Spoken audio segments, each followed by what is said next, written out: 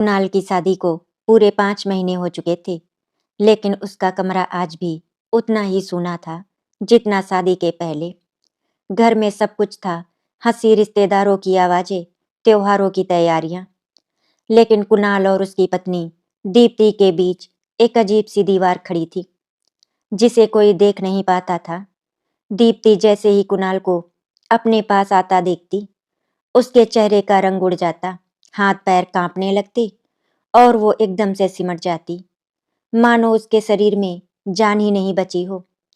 कई बार तो उसकी हालत ऐसी हो जाती कि वो जमीन पर बैठ जाती और उसकी सांसें तेज चलने लगती। कुणाल ये सब देखकर टूटने लगता था। वो कोई जबरदस्ती नहीं करता, कोई दबाव नहीं डालता, बस चुपचाप एक कोने में बैठकर उसे देखता रहता। उसकी आंखों में सवाल होते थे, लेकिन होंठ खामोश रहते। उसने कई बार दीप्ति से पूछा, अगर मुझसे कोई गलती हुई हो तो बता दो, मैं सुधार लूंगा।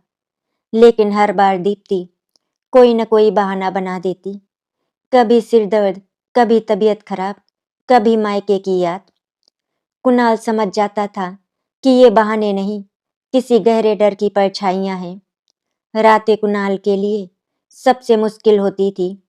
वो छत की ओर देखते हुए सोचता, क्या शादी का मतलब सिर्फ साथ रहना होता है, या एक दूसरे के डर को समझना भी है।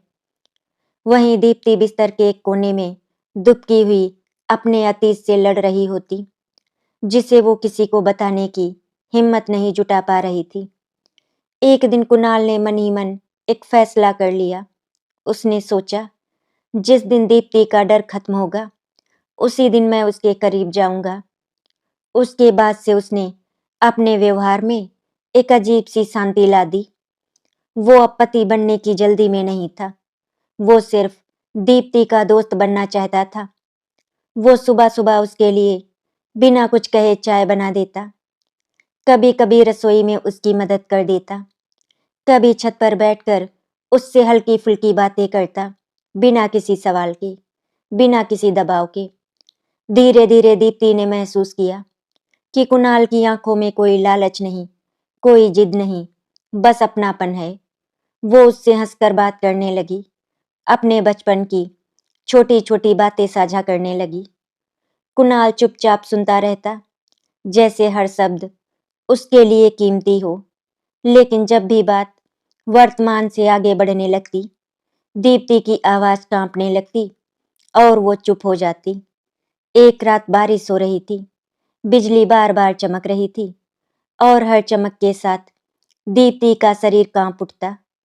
कुणाल ने पहली बार देखा कि उसका डर सिर्फ उससे नहीं, बल्कि यादों से है। कुणाल ने बहुत धीरे से कहा, दीप्ति, मैं तुम्हारा पति हूँ, लेकिन उससे पहले तुम्हारा अपना हूँ। अगर कभी लगे कि सच बताने से दिल हल्का होगा, तो मैं सुनने के लिए जिंदगी भर बैठा रहूंगा। उस रात दीप्ति सो नहीं पाई। उसका अतीत बार बार आंखों के सामने आ रहा था और उसे लग रहा था कि अब और भागना मुमकिन नहीं। उस रात बारिश थम चुकी थी, लेकिन दीप्ति के भीतर तूफान अब भी चल रहा था। खिड़की के शीशे से टपकती पानी की आखिरी बूंदें जैसे उसके मन की बेचैनी को और गहरा कर रही थी। कुणाल सोने की कोशिश कर रहा था, लेकिन उसकी आंखें बार बार दीप्ति की ओर चली जाती। वो बिस्तर के कोने में बैठी थी, घुटनों को सीने से लगाए और आंखें शून्य में टिकाए हुए। ऐसा लग रहा था जैसे वो इस कमरे में नहीं, बल्कि किसी और ही दुनिया में फंसी हुई हो। एक ऐसी दुनिया जहां डर ही डर था। काफी देर बाद दीप्ति ने बहुत धीमी आवाज में कुणाल का नाम लिया। कुणाल। उस आवाज में इतनी थरथराहट थी कि कुणाल का दिल कांप उठा। वो बिना कोई सवाल किए उसके पास आकर जमीन पर बैठ गया, उससे थोड़ी दूरी बनाए रखते हुए, जैसे वो जानता हो कि 1 इंच की भी नजदीकी इस वक्त दीप्ति के लिए बोझ बन सकती है। दीप्ति ने गहरी सांस ली, जैसे अपने भीतर जमा जहर को बाहर निकालने की हिम्मत जुटा रही हो। मैं जानती हूँ तुम कब से इंतजार कर रहे हो, और मैं ये भी जानती हूँ कि मेरी वजह से तुम्हें कितना दुख हुआ है। उसकी आंखों में आंसू बहने लगे। लेकिन कुछ जख्म ऐसे होते हैं जो दिखते नहीं, बस इंसान को अंदर से मारते रहते हैं। कुणाल ने पहली बार उसकी आंखों में देखा। वहां शर्म नहीं थी, ना ही नफरत, सिर्फ डर था। टूटा हुआ भरोसा था। दीप्ति की उंगलियां कांपने लगी। मेरी पहली शादी मेरी मर्जी से नहीं हुई थी, उसने कहना शुरू किया और वहीं रुक गई, जैसे शब्द उसका गला घोट रहे हो। मैं बहुत छोटी थी। घर वालों ने कहा कि सब ठीक हो जाएगा, पति ही भगवान होता है, लेकिन मेरे लिए तो वो घर नरक बन गया। कुणाल के पैरों तले जमीन खिसक गई। उसने कभी सपने में भी नहीं सोचा था कि दीप्ति के अतीत में ऐसा कुछ छुपा हो सकता है। वो कुछ बोलना चाहता था लेकिन खुद को रोक लिया, क्योंकि वो जानता था इस वक्त उसे पति नहीं, सुनने वाला इंसान बनना है। दीप्ति की आवाज और धीमी हो गई। वो इंसान मुझे इंसान ही नहीं समझता था। हर दिन डर के साए में जीती थी मैं। वो मुझे रोज पीटता था, मेरे शरीर को ऐसे नोचता था जैसे मैं कोई इंसान नहीं। किसी को बताया नहीं, क्योंकि मुझे सिखाया गया था कि सहना ही औरत का धर्म है। उसके आंसू अब थम नहीं रहे थे और फिर एक दिन मैं हिम्मत करके अपने मायके लौटी। बहुत मुश्किल से उस रिश्ते से बाहर निकली, लेकिन जो डर मेरे भीतर बैठ गया वो आज तक नहीं गया। कुणाल की आंखें भर आई। उसे समझ आ गया कि दीप्ति जब भी उसे अपने पास देखती है तो वो उसे नहीं बल्कि अपने बीते हुए कल को देखती है, जिसने उसकी आत्मा को भी रौंद दिया था। वही डर, वही दर्द, वही असहाय लड़की। दीप्ति ने कांपते हुए कहा, मैं तुम्हें खोना नहीं चाहती कुणाल, लेकिन मैं खुद से भी लड़ रही हूँ, इसीलिए मैं दूर रहती हूँ। मुझे डर लगता है कि कहीं फिर से वही सब। वाक्य पूरा भी नहीं हुआ और वो फूट फूट कर रो पड़ी। कुणाल ने धीरे से अपना हाथ जमीन पर रखा, उसकी ओर बढ़ाया नहीं, बस मौजूद रखा। उसकी आवाज भारी थी लेकिन मजबूत भी। दीप्ति, तुम्हारा डर तुम्हारी कमजोरी नहीं है और मैं तुम्हें कभी उस दर्द में वापस नहीं जाने दूंगा। लेकिन ये लड़ाई तुम अकेले नहीं लड़ोगी। उस पल दीप्ति ने पहली बार महसूस किया कि शायद इस रिश्ते में उसे डरने की जरूरत नहीं है।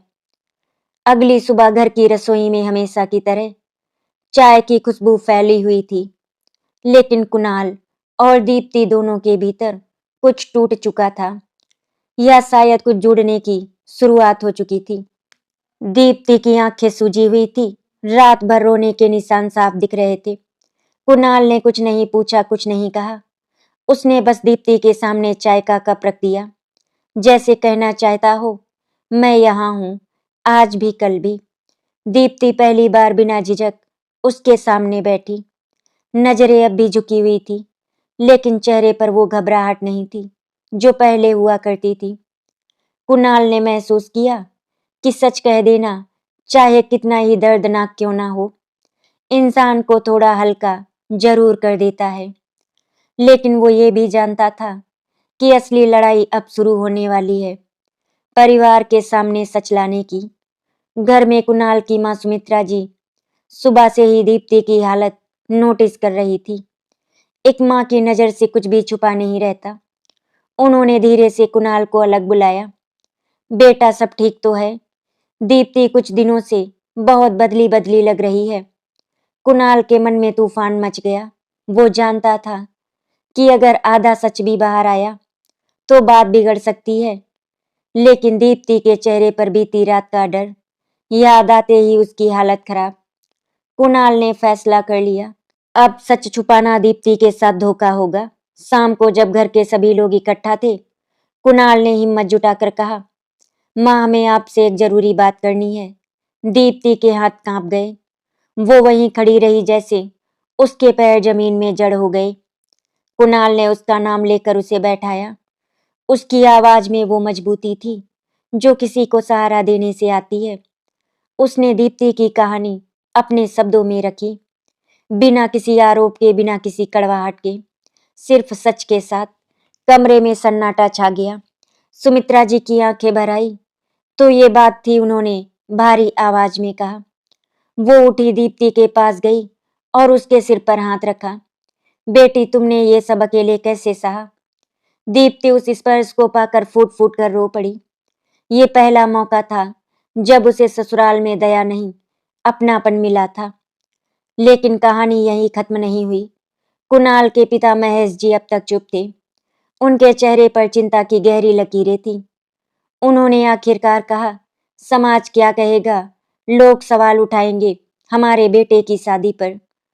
कुणाल पहली बार थोड़ा सख्त हुआ। पापा, समाज बाद में, अभी मेरी पत्नी जरूरी है। कमरे में फिर सन्नाटा। ये सन्नाटा सिर्फ शब्दों का नहीं था, ये सोच का टकराव था। महेश जी ने गहरी सांस ली। उन्हें एहसास हुआ कि ये मामला इज्जत का नहीं, इंसानियत का है। उस रात दीप्ति अपने कमरे में अकेली नहीं थी। कुणाल वहीं कुर्सी पर बैठा रहा। उसने कोई कोशिश नहीं की, कोई सवाल नहीं किया। दीप्ति ने पहली बार खुद से कहा, शायद ये घर मेरा दुश्मन नहीं है, लेकिन डर इतनी आसानी से नहीं मरता। रात के अंधेरे में दीप्ति फिर से कांप उठी। एक बुरा सपना, वही पुराना। इस बार उसने चुप रहने की बजाय कांपती आवाज में कहा, कुणाल, मुझे डर लग रहा है। कुणाल ने पहली बार उसकी ओर देखा और बहुत धीमे से बोला, मैं यही हूं दीप्ति, कुछ नहीं होगा। उस पल दीप्ति को लगा, शायद डर पूरी तरह खत्म नहीं हुआ है, लेकिन अब वो अकेली नहीं है। दीप्ति के लिए अब हर दिन एक नई लड़ाई बन गया। रात का डर तो किसी तरह निकल जाता, लेकिन दिन के उजाले में भी उसका मन शांत नहीं होता।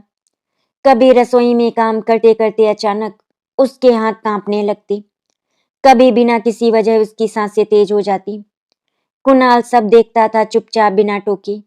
वो जान गया था कि ये डर सिर्फ यादों का नहीं, बल्कि टूटे हुए भरोसे का है, जिसे समय और अपनापन ही जोड़ सकता है। घर में सब कुछ सामान्य दिखाने की कोशिश हो रही थी, लेकिन रिश्तेदारों की नजरें तेज थी। कोई कहता नई बहू है, ज्यादा नखरे हैं, तो कोई फुसफुसाता शादी के इतने महीने हो गए, फिर भी सब कुछ वैसा नहीं है। ये शब्द दीप्ति के कानों तक पहुंचते और उसके भीतर बैठा डर और गहरा हो जाता। वो खुद को दोष देने लगती, शायद मुझ में ही कोई कमी है। एक दिन कुणाल ने देखा कि दीप्ति छत पर बैठी रो रही है। उसके हाथ में उसकी शादी की चूड़ियां थी, जिन्हें वो बार बार उतार कर देख रही थी, जैसे वे उसे चुभ रही हों। कुणाल पास गया, लेकिन इस बार उसने सिर्फ चुप बैठने का फैसला नहीं किया। दीप्ति, उसने बहुत धीरे से कहा, अगर तुम्हें लगे कि इस डर से बाहर निकलने के लिए किसी और की मदद चाहिए, तो उसमें कोई शर्म नहीं है। दीप्ति ने पहली बार उसकी ओर देखा। आंखों में डर के साथ साथ अपराध बोध भी था। लोग क्या कहेंगे? उसने कांपती आवाज में पूछा। कहेंगे मैं पागल हूं, कमजोर हूं। कुणाल की आवाज में शक्ति नहीं थी, सिर्फ सच्चाई थी। जो लोग तुम्हारा दर्द नहीं समझते, उन्हें समझाने की जिम्मेदारी तुम्हारी नहीं है। उस दिन दीप्ति ने पहली बार महसूस किया कि मजबूत होना सिर्फ सहना नहीं होता, कभी कभी मदद मांगना भी मजबूती होती है। लेकिन ये फैसला लेना आसान नहीं था। रात को जब वो आईने के सामने खड़ी हुई, तो उसे अपना चेहरा अजनबी लगा। एक ऐसी औरत का चेहरा जिसने बहुत कुछ झेला था, लेकिन अब भी जिंदा थी। इसी बीच घर में एक और तूफान खड़ा हो गया। कुणाल के पिता महेश जी ने रिश्तेदारों के तानों से परेशान होकर एक दिन सख्त लहजे में कहा, कब तक ये सब चलेगा? हमें भी समाज में रहना है। कुणाल पहली बार खुलकर अपने पिता के सामने खड़ा हुआ। पापा, अगर समाज की शांति के लिए मेरी पत्नी की जिंदगी कुर्बान करनी पड़े, तो मुझे ऐसा समाज नहीं चाहिए। महेश जी चुप हो गए। शायद पहली बार उन्होंने अपने बेटे को पति नहीं, इंसान बनते देखा। उस रात दीप्ति ने एक फैसला किया। वो कुणाल के पास आई और बहुत धीमे से बोली, मैं ठीक होना चाहती हूँ, सच में, डर से भागकर नहीं, उसका सामना करके। कुणाल की आंखें भर आई। उसने कुछ नहीं कहा, बस सिर हिला दिया। वो जानता था ये सफर लंबा होगा, दर्दनाक होगा, लेकिन यही रास्ता सही है। और उसी पल दीप्ति के भीतर कहीं बहुत गहरे डर के नीचे दबी हुई एक आवाज उठी, शायद मैं फिर से जी सकती हूँ। दीप्ति के लिए वो दिन किसी इम्तिहान से कम नहीं था। कुणाल के साथ बाहर निकलते समय उसके कदम भारी हो रहे थे, जैसे हर कदम के साथ उसका अतीत उसे पीछे खींच रहा हो। रास्ते भर वो खामोश रही, उंगलियां दुपट्टे को कसकर पकड़े हुए और आंखें सामने होते हुए भी कहीं बहुत पीछे, उन यादों में भटकी हुई। कुणाल ने जानबूझकर कोई बात नहीं छेड़ी। वो समझ चुका था कि इस सफर में शब्द नहीं साथ सबसे बड़ा सहारा है। पहली मुलाकात उसके लिए आसान नहीं थी। जैसे ही सवाल पूछे गए, दीप्ति की आवाज लड़खड़ा गई, पसीने से हथेलियां भीग गईं और दिल की धड़कन तेज हो गई। कई बार उसे लगा कि वो उठकर भाग जाए, वापस उसी सुरक्षित खोल में जहां कोई सवाल नहीं पूछता। लेकिन तभी कुणाल की मौजूदगी का एहसास हुआ। वो सामने नहीं थोड़ा किनारे बैठा था, नजरें झुकाए, जैसे कहना चाहता हो मैं यहीं हूं। उस पल दीप्ति ने पहली बार खुद को रोका नहीं और आंसू बहने दिए। शब्द टूटे, वाक्य अधूरे रहे, लेकिन सच बाहर आने लगा। घर लौटते वक्त दीप्ति बहुत थकी हुई थी, शरीर से ज्यादा मन थका था। उसे लगा जैसे बरसों से बंद किसी दरवाजे को आज शोर ने धक्का दिया हो। दरवाजा खुला तो है, पर चरमराहट अब भी बाकी है। उस रात वो जल्दी से सो गई, लेकिन नींद गहरी नहीं थी। बीच बीच में डर के साए आते जाते रहते, पर इस बार एक फर्क था, वो डर के साथ अकेली नहीं थी। अगले कुछ दिन घर में माहौल में अजीब सी खामोशी छाई रही। सुमित्रा जी कोशिश करती कि दीप्ति पर कोई दबाव ना पड़े। कभी उसके लिए उसकी पसंद की सब्जी बना देती, कभी बिना वजह उसके सिर पर हाथ फेर देती, लेकिन रिश्तेदारों की बातें रुकने का नाम नहीं ले रही थी। एक दिन किसी ने कहा, बहू को ज्यादा सिर चढ़ा रखा है, तो किसी ने तंज कसा, आजकल तो हर बात को बीमारी का नाम दे देते हैं। इन बातों का असर दीप्ति पर पड़ता था। वो मुस्कुराने की कोशिश करती, लेकिन आंखें सच्चाई बयान कर देती। एक शाम जब घर में कुछ मेहमान आए हुए थे, किसी की हल्की सी आवाज अचानक तेज हंसी में बदल गई। दीप्ति का शरीर कांप उठा, उसके हाथ से गिलास छूट गया और पानी जमीन पर फैल गया। सबकी नजरें उस पर टिक गई। उस पल उसे लगा अब वो फिर से टूट जाएगी, लेकिन इस बार कहानी बदली। कुणाल ने बिना देर किए उसके सामने आकर कहा, कोई बात नहीं, मैं साफ कर देता हूँ। उसकी आवाज शांत थी, लेकिन उसके खड़े होने का ढंग कह रहा था, ये मेरी पत्नी है और इसकी इज्जत मेरी जिम्मेदारी है। मेहमान चुप हो गए। सुमित्रा जी ने दीप्ति को अपने पास बिठाया। घबराओ मत बहू, ये घर तुम्हारा है। उस रात दीप्ति देर तक जागती रही। उसे एहसास हुआ कि डर अब भी है, लेकिन वो उसे पूरी तरह नियंत्रित नहीं कर रहा। कहीं न कहीं उसके भीतर एक छोटी सी रोशनी जलने लगी थी। वो रोशनी कमजोर थी, डगमगाती थी, पर दीप्ति ने मन ही मन कहा, मैं एक दिन पूरी तरह ठीक होऊंगी। उस दिन के लिए आज का दर्द सह सकती हूँ। और इसी सोच के साथ पहली बार उसने आने वाले कल से डरने के बजाय उसकी उम्मीद करना शुरू किया। उस दिन की शुरुआत बिल्कुल साधारण थी, लेकिन दीप्ति को सुबह से ही एक अजीब सी बेचैनी महसूस हो रही थी, जैसे कोई अनदेखा तूफान भीतर ही भीतर करवट ले रहा हो। उसने खुद को समझाया, अब तो मैं पहले से बेहतर हूँ, लेकिन दिल मानने को तैयार नहीं था। कुणाल काम पर जाने की तैयारी कर रहा था। जाते जाते उसने दीप्ति की ओर देखा और हल्की सी मुस्कान के साथ कहा, आज जल्दी लौटूंगा। वो नहीं जानता था कि ये दिन दीप्ति की जिंदगी का सबसे कठिन दिन बनने वाला है। दोपहर के समय घर में अचानक मेहमान आ गए, दूर के रिश्तेदार। हंसी मजाक, पुरानी बातें, सवालों की बौछार। दीप्ति चुपचाप सबके लिए पानी और चाय लेकर आती जाती रही। वो कोशिश कर रही थी खुद को सामान्य रखे, लेकिन हर सवाल उसके भीतर पुराने जख्मों को कुरेद देता। अब सब ठीक है ना? तुम बहुत चुप रहती हो। ये सवाल मासूम लगते थे, लेकिन दीप्ति के लिए ये किसी हथौड़े की तरह थे। इसी बीच एक रिश्तेदार ने अनजाने में दीप्ति के अतीत का जिक्र छेड़ दिया, आधे अधूरे शब्दों में हंसी के साथ। वही पल था जब दीप्ति का शरीर सुन्न हो गया, कानों में आवाजें गूंजने लगी और कमरा घूमने लगा। उसे लगा जैसे वो फिर से उसी अंधेरे में खड़ी है, जहां से निकलने में उसे सालों लग गए थे। उसने खुद को संभालने की कोशिश की, लेकिन पैर जवाब दे गए। वो वहीं जमीन पर बैठ गई, आंखों में आंसू बहते रहे, बिना किसी आवाज के। घर में अफरा तफरी मच गई और सुमित्रा जी घबरा गई।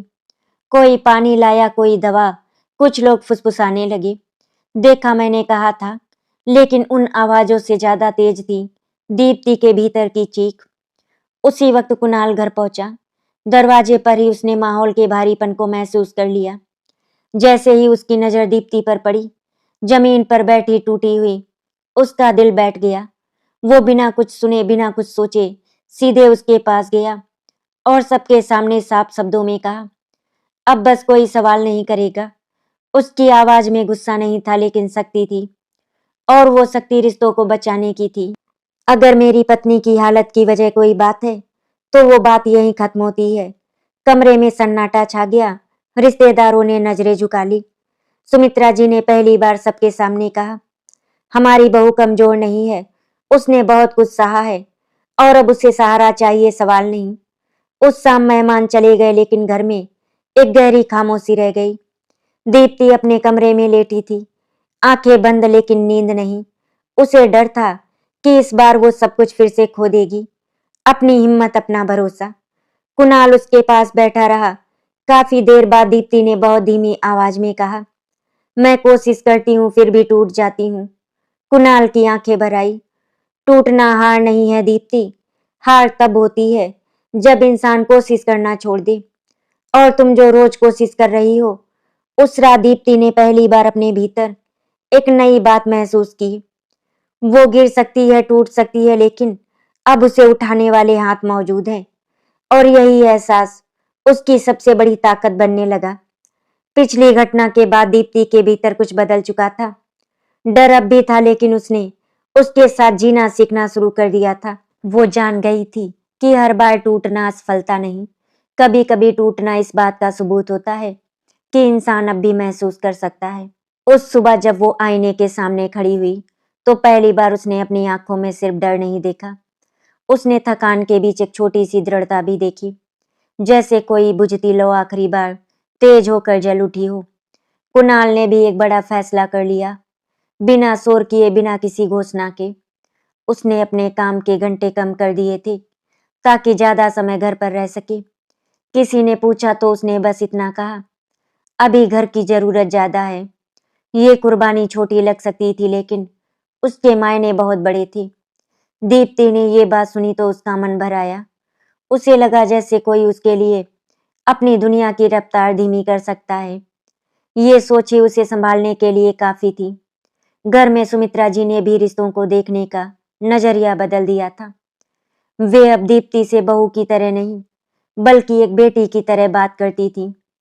कभी उसके साथ बैठकर सब्जियां काटती, कभी पुराने किस्से सुनाती, ऐसे किस्से जिनमें दुख भी था, लेकिन उससे उबरने की ताकत भी। दीप्ति को महसूस हुआ कि दर्द सिर्फ उसका नहीं है, हर इंसान अपने हिस्से का बोझ उठाए चल रहा है। बस कुछ लोग उसे मुस्कान के पीछे छुपा लेते हैं, लेकिन समाज की आवाज इतनी आसानी से शांत नहीं होती। एक दिन महेश जी को किसी ने साफ शब्दों में कह दिया, आपका बेटा तो पत्नी के आगे बहुत झुक गया है। वो बात सुनकर महेश जी कुछ पल चुप रहे। फिर उन्होंने शांत लहजे में कहा, अगर किसी टूटे हुए इंसान को संभालना झुकना कहलाता है, तो हाँ, मेरा बेटा झुक गया है। ये जवाब सुनकर दीप्ति की आंखों में आंसू आ गए। उसे पहली बार लगा कि उसका डर सिर्फ उसका निजी संघर्ष नहीं रहा, अब वो पूरे परिवार की जिम्मेदारी बन चुका है। और जब दर्द साझा हो जाए, तो उसका बोझ कुछ हल्का हो ही जाता है। उस रात दीप्ति ने खुद से एक वादा किया, मैं हमेशा मजबूत नहीं रहूंगी, लेकिन मैं कोशिश करना नहीं छोड़ूंगी। उसने कुणाल से कुछ नहीं कहा, बस चुपचाप उसके पास बैठ गई। ये पास बैठना अब डर नहीं पैदा करता था, ये पास बैठना अब सुरक्षा को एहसास देता था। कुणाल ने भी कुछ नहीं पूछा, उसने बस उस खामोशी को अपनाया, क्योंकि वो जान गया था कि हर रिश्ते में शब्द जरूरी नहीं होते।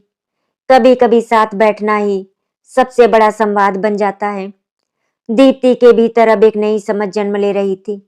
रिश्ते परफेक्ट नहीं होते, लोग हमेशा सही नहीं होते, लेकिन अगर नीयत साफ हो और साथ सच्चा हो, तो टूटी हुई जिंदगी भी धीरे-धीरे जुड़ने लगती है। और यही समझ उसके डर पर पहली सच्ची जीत थी। उस दिन दीप्ति बहुत देर तक खिड़की के पास खड़ी रही। बाहर धूप थी, लेकिन उसके भीतर एक अजीब सी ठंडक समाई हुई थी। ऐसी ठंडक जो डर के खत्म होने से पहले आती है। वो जानती थी कि इंसान अपने अतीत से हमेशा भाग नहीं सकता, कभी न कभी उसे मुड़कर देखना ही पड़ता है। और आज पहली बार दीप्ति को लगा कि शायद वो उस मोड़ पर खड़ी है जहां से पीछे देखने की हिम्मत जुटाई जा सकती है। दोपहर के समय एक अनजान सा फोन आया। नंबर नया था, लेकिन आवाज के लहजे ने दीप्ति की रगों में सिहरन दौड़ा दी थी। कुछ शब्द और उसका दिल जोर शोर से धड़कने लगा। फोन कटते ही उसके हाथ से मोबाइल फिसल गया। वो वहीं कुर्सी पर बैठ गई, सांसें उखड़ती हुई। उसका अतीत फिर से दरवाजे पर खड़ा था, बिना दस्तक दिए। कुणाल घर पहुंचा तो उसने दीप्ति को उस हालत में देखा जो उसने पहले भी कई बार देखी थी, लेकिन इस बार फर्क था। इस बार दीप्ति ने खुद को पूरी तरह टूटने नहीं दिया। आंसू थे, डर था, लेकिन आंखों में भागने की हड़बड़ी नहीं थी। मुझे लगता था मैं तैयार हूं, उसने धीमे से कहा। लेकिन जब वो आवाज सुनी, सब फिर से सामने आ गया। कुणाल ने बिना देर किए उसके पास बैठकर कहा, तैयार होना मतलब डर का ना होना नहीं होता दीप्ति। तैयार होना मतलब डर के बावजूद सच का सामना करना होता है। उस रात घर में सबको सच बताया गया। फोन के बारे में, उस डर के लौट आने के बारे में। महेश जी और सुमित्रा जी दोनों चुपचाप सुनते रहे। इस बार कोई समाज की बात नहीं, कोई सवाल नहीं उठा। महेश जी ने बस इतना कहा, अगर अतीत ने फिर से सिर उठाया है तो हम मिलकर उसका सामना करेंगे। ये वाक्य दीप्ति के लिए किसी ढाल से कम नहीं था। अगले दिन दीप्ति ने एक ऐसा फैसला लिया जिससे वो खुद भी डर रही थी, लेकिन पीछे हटने को तैयार नहीं थी। उसने तय किया कि अब वो छुपेगी नहीं, ना डर से ना यादों से। उसने अपने भीतर के बोझ को शब्दों में ढालना शुरू किया। कागज पर एक एक लाइन में लिखते हुए उसके हाथ कांपते थे, लेकिन हर पंक्ति के साथ दिल थोड़ा हल्का हो जाता था। उसने कुणाल को वो कागज दिखाया। अगर कभी मैं कमजोर पड़ूं, तो ये शब्द मुझे याद दिलाएंगे कि मैं कहां से निकल कर आई हूं। कुणाल की आंखें भर आई। उसे एहसास हुआ कि ये सिर्फ दीप्ति की लड़ाई नहीं रही, ये अब नए रिश्ते, नई शुरुआत और टूटे हुए भरोसे के फिर से बनने की कहानी बन चुकी थी। रात को सोते समय दीप्ति ने पहली बार खुद से कहा, अतीत मेरी पहचान नहीं है, वो सिर्फ मेरी कहानी का एक अध्याय है, पूरी किताब नहीं। और इसी एहसास के साथ उसके भीतर बैठी आखिरी परछाई धीरे धीरे धुंधली पड़ने लगी। उस सुबह दीप्ति बहुत देर तक सोई नहीं रही। आंखें खुली, लेकिन मन जागने में समय ले रहा था। पिछली रात उसने जो फैसला किया था, उसकी गूंज अब भी उसके भीतर थी। उसने पहली बार अपने अतीत को कागज पर उतार कर देखा था और ये महसूस किया था कि दर्द को नाम दे देने से उसका जोर कुछ कम नहीं हो जाता। खिड़की से आती धूप उसके चेहरे पर पड़ी तो उसे लगा जैसे वो रोशनी उससे कुछ छुप कह रही हो, अब आगे बढ़ो। कुणाल ने देखा कि दीप्ति आज कुछ बदली सी है। उसकी चाल में झिझक कम थी, आंखों में वही डर था, लेकिन उसके साथ एक ठहराव भी था, जैसे वो खुद को समेट कर चल रही हो। नाश्ते की मेज पर दीप्ति ने पहली बार खुद बातचीत शुरू की। छोटी सी बात थी, लेकिन कुणाल के लिए ये बहुत बड़ी थी। उसने महसूस किया कि दीप्ति अब रिश्ते से भाग नहीं रही, वो उसे समझने की कोशिश कर रही है। दोपहर में दीप्ति ने कुणाल से कहा कि वो उससे अकेले में बात करना चाहती है। आवाज कांप रही थी, लेकिन इरादा साफ था। कमरे में आकर वो कुछ देर खामोश रही, जैसे सही शब्द ढूंढ रही हो। फिर उसने कहा, मैं जानती हूँ कि तुमने मुझसे कभी कुछ नहीं मांगा, लेकिन मैं खुद से छुपाते छुपाते थक गई हूँ। उसकी आंखें भर आई। मैं अभी पूरी तरह ठीक नहीं हूँ, शायद कभी भी पूरी तरह ठीक ना हो पाऊं, लेकिन मैं कोशिश करना चाहती हूँ, तुमसे दूर रहकर नहीं, तुम्हारे साथ। कुणाल ने कुछ नहीं कहा। उसने कोई सवाल नहीं किया, कोई जल्दबाजी नहीं दिखाई। वो बस सामने बैठा रहा, पूरी तरह मौजूद। दीप्ति ने पहली बार महसूस किया कि किसी के साथ होना सिर्फ पास बैठना नहीं होता, बल्कि उसकी गति का सम्मान करना भी होता है। उसने बहुत धीरे से अपना हाथ आगे बढ़ाया, हिचकिचाते हुए, जैसे हर उंगली डर से लड़ रही हो। ये कोई बड़ा कदम नहीं था, लेकिन उसके लिए ये पहाड़ चढ़ने जैसा था। कुणाल ने उसका हाथ थामा। उसने दीप्ति की आंखों में देखा और बहुत शांत स्वर में कहा, अगर आज नहीं तो कल, अगर कल नहीं तो जब तुम तैयार हो, मुझे कोई जल्दी नहीं है। ये सुनकर दीप्ति के आंसू बह निकले, लेकिन इस बार वे दर्द के नहीं थे। ये आंसू उस राहत के थे जो तब मिलते हैं जब कोई आपको आपकी कमजोरी के साथ स्वीकार कर ले। उसने अपना हाथ वापस नहीं खींचा। कुछ पल बाद कुणाल ने बहुत हल्के से उसकी उंगलियों को छुआ, जैसे भरोसे का पहला नाजुक सा पुल बना रहा हो। उस पल दीप्ति को लगा कि उसका डर पूरी तरह खत्म नहीं हुआ है, लेकिन अब वो उसे रोक नहीं रहा। वो समझ गई कि रिश्ता किसी एक दिन में पूरा नहीं बनता। वो छोटे छोटे कदमों, असफलताओं और फिर से कोशिशों से बनता है।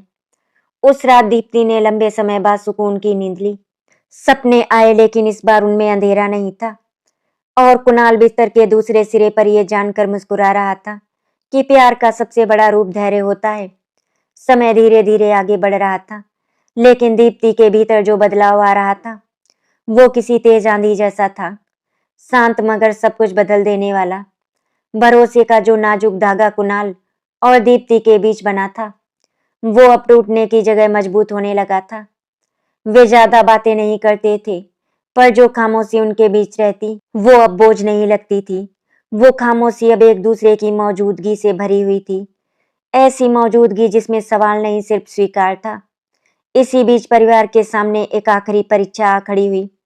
एक पारिवारिक समारोह तय हुआ, ऐसा समारोह जहां रिश्तेदारों का जमावड़ा होना तय था। महेश जी दुविधा में थे। उन्हें डर था कि कहीं वही सवाल, वही फुसफुसाहटें फिर से दीप्ति को ना तोड़ दी। सुमित्रा जी ने दीप्ति से बहुत प्यार से पूछा, बहू अगर तुम चाहो तो हम मना कर देते हैं। ये सुनकर दीप्ति कुछ पल चुप रही। उसके भीतर डर ने फिर से सिर उठाया, लेकिन इस बार वो अकेली नहीं थी, उसके साथ हिम्मत भी खड़ी थी। नहीं माँ, दीप्ति ने धीरे लेकिन साफ आवाज में कहा, मैं भागना नहीं चाहती। अगर हर बार डर कर पीछे हटूंगी तो मैं कभी आगे नहीं बढ़ पाऊंगी। ये वही दीप्ति थी जो कभी अपने कमरे से बाहर निकलने से घबराती थी। कुणाल ने उसकी ओर देखा, आंखों में गर्व था, लेकिन उसने कुछ कहा नहीं। वो जानता था कि ये लड़ाई दीप्ति को खुद लड़नी है, और वो सिर्फ उसका सहारा बनेगा, ढाल नहीं। समारोह के दिन दीप्ति ने सादे कपड़े पहने। कोई बनावटी मुस्कान नहीं थी उसके चेहरे पर, बस एक सच्चाई थी जो उसके हाव भाव में झलक रही थी। शुरुआत में सवाल आए, नजरें उठी। कुछ लोग अब भी कानाफूसी करते थे। दिल की धड़कन तेज हुई, हथेलियां ठंडी पड़ गई, लेकिन इस बार दीप्ति रुकी नहीं। उसने गहरी सांस ली और वहीं खड़ी रही। एक रिश्तेदार ने वही पुराना सवाल दोहरा दिया, अब सब ठीक है ना? दीप्ति ने पहली बार किसी बहाने का सहारा नहीं लिया। उसने बहुत शांत स्वर में कहा, मैं ठीक होने की प्रक्रिया में हूं और मुझे इस पर शर्म नहीं है। कमरा एकदम से शांत हो गया। ये जवाब किसी को चुभा नहीं, बल्कि सोचने पर मजबूर कर गया। महेश जी ने आगे बढ़कर कहा, और हमें अपनी बहू पर गर्व है। उस पल दीप्ति को लगा जैसे उसके भीतर का कोई आखिरी ताला खुल गया हो। उसने समझ लिया कि खुद को अपनाना, खुद को स्वीकार करना, यही असली आजादी है। उस रात घर लौटते समय वो थकी हुई थी, लेकिन मन हल्का था। उसने कुणाल की ओर देखा और बहुत धीमे से कहा, आज मुझे डर लगा, लेकिन मैंने उसे मुझ पर हावी नहीं होने दिया। कुणाल मुस्कुराया, यही जीत है दीप्ति। उस रात दीप्ति ने आईने में खुद को देखा। पहली बार उसे अपनी परछाई से डर नहीं लगा। उसे एहसास हुआ वो टूट चुकी थी, बिखर चुकी थी, लेकिन अब वो खुद को समेटना सीख चुकी है, और यही सीख उसे आगे ले जाने वाली थी। जिंदगी किसी दिन अचानक बदल नहीं जाती, वो धीरे धीरे करवट लेती है। दीप्ति की जिंदगी भी कुछ ऐसी ही हो चली थी। डर पूरी तरह गायब नहीं हुआ था, लेकिन अब वो उसकी पहचान नहीं रहा। वो डर अब एक ऐसी याद बन चुका था जिसे वो देख सकती थी, समझ सकती थी, और जरूरत पड़ने पर उससे मुंह मोड़ सकती थी। उस सुबह जब दीप्ति रसोई में काम कर रही थी, तो उसके चेहरे पर एक हल्की सी स्थिर मुस्कान थी। कोई बनावटी खुशी नहीं, बस मन की शांति। कुणाल ने ये सब देखा उसने महसूस किया कि दीप्ति अब हर पल खुद को साबित करने की कोशिश नहीं कर रही थी। वो जैसे ही है वैसे रहने लगी थी। कभी हंसती, कभी चुप रहती, कभी थक जाती, लेकिन अब वो खुद से लड़ती नहीं थी। एक शाम दोनों छत पर बैठे थे। आसमान साफ था, तारे धीरे धीरे दिखने लगे। दीप्ति ने बहुत देर बाद खुद से कहा हुआ एक वाक्य कुणाल से साझा किया। अब मुझे हर पल डर नहीं लगता, और जब लगता भी है तो मुझे पता है कि मैं उससे निपट सकती हूँ। कुणाल ने उसकी ओर देखा। ये वही दीप्ति थी जो कभी अपने साये से भी डर जाती थी। आज उसके शब्दों में ठहराव था, एक ऐसी मजबूती जो शोर नहीं करती। घर का माहौल भी बदल चुका था। सुमित्रा जी अब दीप्ति से सलाह लेने लगी थी, छोटी छोटी बातों में। महेश जी की बातचीत में अब समाज का डर नहीं, परिवार की जिम्मेदारी झलकती थी।